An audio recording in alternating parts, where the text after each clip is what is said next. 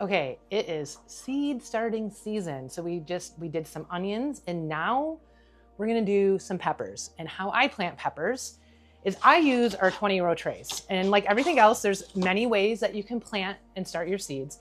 I love these because you can pack a lot in here. And today I'm planting peppers for photos and fun little experiments we might do. Okay, so we got our pepper seeds. Some of them are even, some are, look at that one. I'm not looking for perfection here.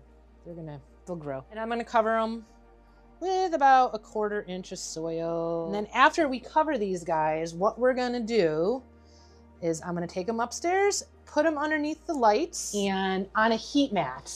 Peppers really wanna germinate at least at 70-degree soil temperature.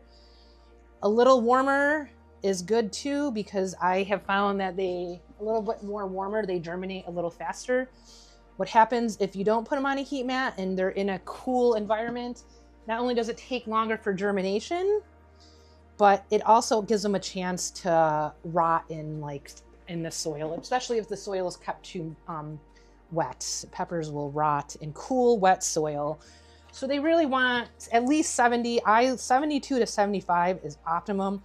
Really hot peppers, 80. Like habaneros, some of them want like 80s. What's one of the big hot ones? I think we have Ghost.